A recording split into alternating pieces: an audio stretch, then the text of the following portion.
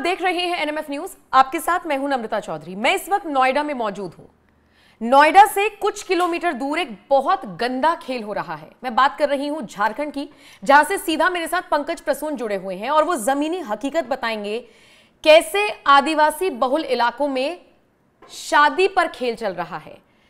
पंकज प्रसून जी, कुछ तस्वीरें और कुछ खबरों ने बवाल काट दिया है, मुझे हैरान कर दिया। मैं पूरी पड़ताल एक न्यूज चैनल की पढ़ रही थी और मैं इतनी कंफ्यूज, इतनी हैरान हुई उसको पढ़कर कि हमारे देश के किसी राज्य में ये सब कुछ हो रहा है और हमें पता ही नहीं है। अब खबर यह है कि घुसपैठिए झारखंड के कुछ इलाकों को पकड़ रही हैं, खासकर मुस्लिम घुसपैठिए जो बांग्लादेश से आ रहे हैं, और वो वहां पर लड़कियों को क्यों पकड़ते हैं? ताकि उनसे शादी कर सके। और शादी भी किसी इसलिए नहीं क्योंकि उन्हें प्यार मोहब्बत या वहां पर अपना घर बसाना है, इसलिए क्योंकि उन्हें जमीन मिल सके और वो वहां पर एक षड्यंत्र के तौर पर अपनी जिंदगी को आगे बढ़ा सके। आदिवासी दुल्हन, दान की जमीन मिल रही है और ये जो उनका दीन है, जो उन पर हावी हो रहा है, ये कहां तक जाएगा? झारखंड के किन इलाकों में ये खेल हो रहा है और इस पर बात करने से क्यों लोग डर रहे हैं? और सिर्फ यही नहीं, लव जिहाद की बहुत चर्चा है। एक खबर मुझे याद आ रही है जो भी कुछ वक्त पहले ही सामने आई थी, जहां पर एक लड़की को 1 महीने के अंदर अंदर उसके पति ने मार दिया। अंसारी करके उसके पति का कुछ नाम था, और सिर्फ इसलिए मार दिया क्योंकि पहले उसने झूठ बोलकर शादी की, क्राइटेरिया के तहत जमीन हड़प ली, और बाद में उस लड़की को पता चला पंकज जी कि वो तो पहले से शादीशुदा है। और सोचिए, मारा भी इस तरीके से गया कि पूरे जिस्म से उसकी खाल अलग कर दी गई ताकि पहचान में ना आ पाए। क्या चल रहा है झारखंड के इन इलाकों में? ये मैं बताता हूं आसान शब्दों में। श्रद्धा वाकर का नाम तो आपने सुना होगा। कि उसका एक बॉयफ्रेंड था जिसने उसको मार डाला, उसके टुकड़े ले जाता था, वो बाद में डंप करता था। उससे ज्यादा विभत्स हुआ है झारखंड में, और बहुत सारी ऐसी घटनाएं हैं। आप जिस घटना की बात कर रही थी उसका नाम था रूबिका पहाड़िया। पहाड़िया जनजाति से वो बिलोंग करती है, जो कि इंडेंजर्ड जनजाति है और भारत सरकार ने उसे संरक्षित किया है।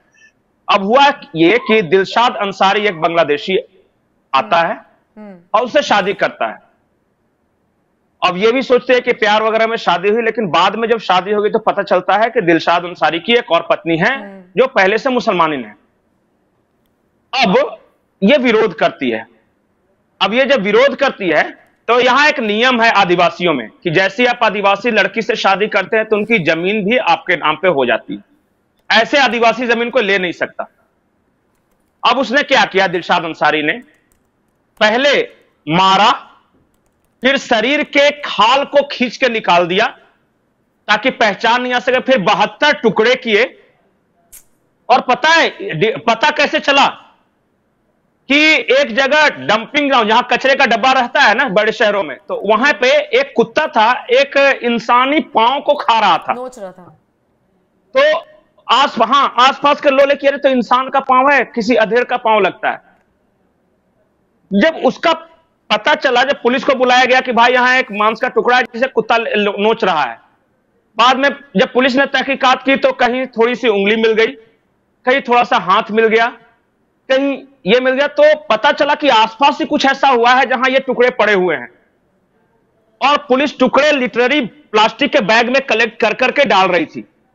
इतना विभत्स तरीके से मारा था रूबिका पहाड़िया। बाद में उसकी पहचान हुई ये कि उसका एक, जैसे कि आप जो हमारे यहां गले में जंतर पहनते हैं ना, तो जो लाश के टुकड़े के पास जैसा मंगलसूत्र हो या जंतर, उस तरह का कोई चीज मिल गया और उससे पहचान हो गई कि भाई कौन थी, क्या थी। तो पता चला कि ये तो रूबिका पहाड़िया थी। और बाद में दिलशाद को पकड़ा गया।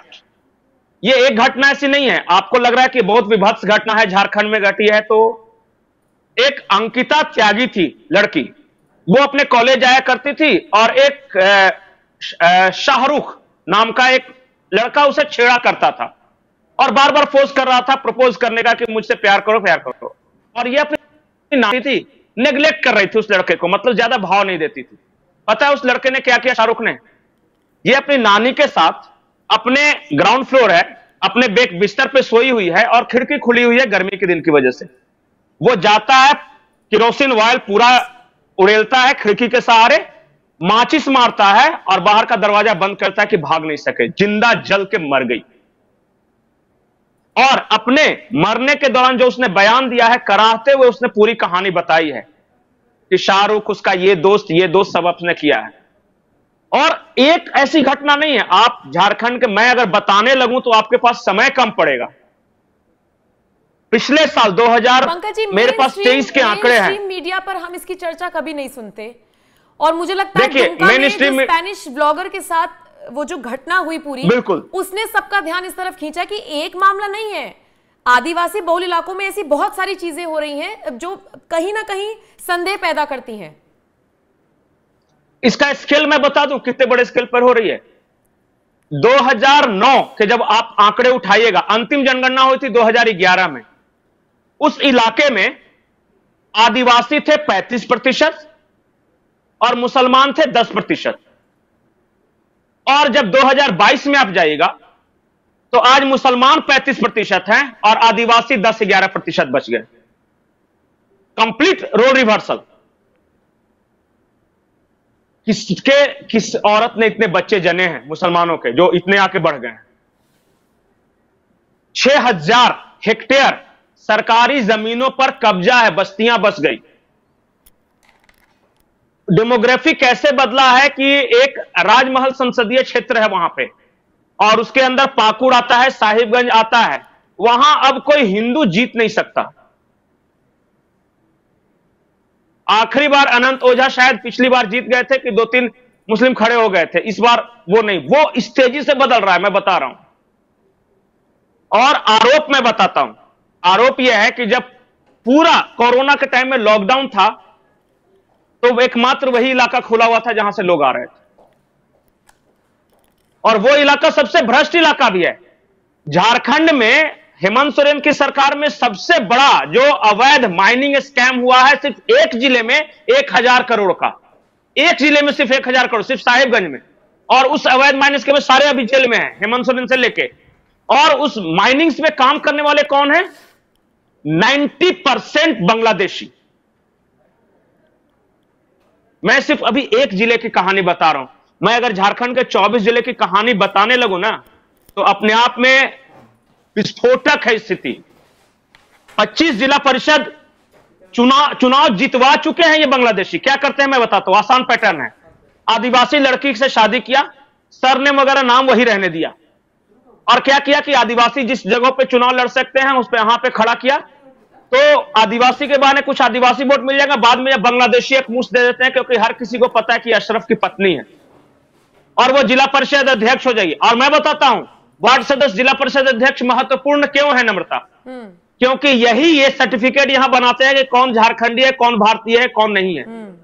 तो पहले शादी किया, अपनी पत्नी को बनाया साइनिंग अथॉरिटी, और अपनी पत्नी से बाकी सारे भाई बंधु जो आ रहे हैं ना बांग्लादेशी, सबका ये राशन कार्ड, आधार कार्ड वगैरह बनवाया, ये सर्टिफाई करते हैं। बहुत सीरियस स्थिति। और मुझे लगता है कि हम तो डिस्कस कर रहे हैं यहाँ बैठकर, लेकिन मेन स्ट्रीम मीडिया को भी इस पर चर्चा करनी चाहिए। किसी को कोई फर्क नहीं पड़ता इस देश में। मैं बताता हूँ 2-3 नहीं, मैं आपको बताती हूँ, मेरे पास वक्त की थोड़ी कमी है, लेकिन इस पर विस्तार से हम जरूर चर्चा करेंगे। अब ये जो 2-3 मामले आपने बताए हैं जो खासकर दुमका के बाद से सामने आए हैं, इस पर और खासकर बांग्लादेशी घुसपैठियों पर अलग से इस पर चर्चा करेंगे। फिलहाल के लिए शुक्रिया। एक लाइन आखिरी, एक मामला अगर छूट जाएगा ना तो छूट जाएगा। एक मारुति तिर्की थी, 67 साल के एक बांग्लादेशी ने उससे शादी की। वो 67 साल का आदमी इसका रेप करता है और इसे मारकर सरेआम पेड़ पे लटका देता है, और उसकी टंगी हुई लाश पूरी मीडिया में यहां कवर होती है, जो स्थानीय पत्रकार है।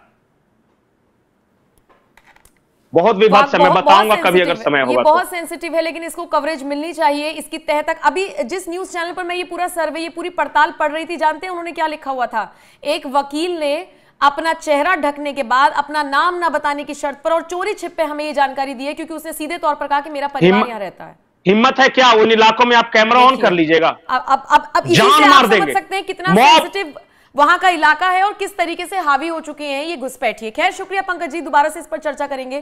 फिलहाल जितने भी दर्शक मुझे इस वक्त देख रहे हैं, अब जरा बताइए आप इस पूरी खबर को लेकर, और झारखंड में आदिवासी बहुल इलाकों में ये जो खेल चल रहा है इसको लेकर आपका क्या कुछ कहना है, कमेंट करके जरूर बताइएगा।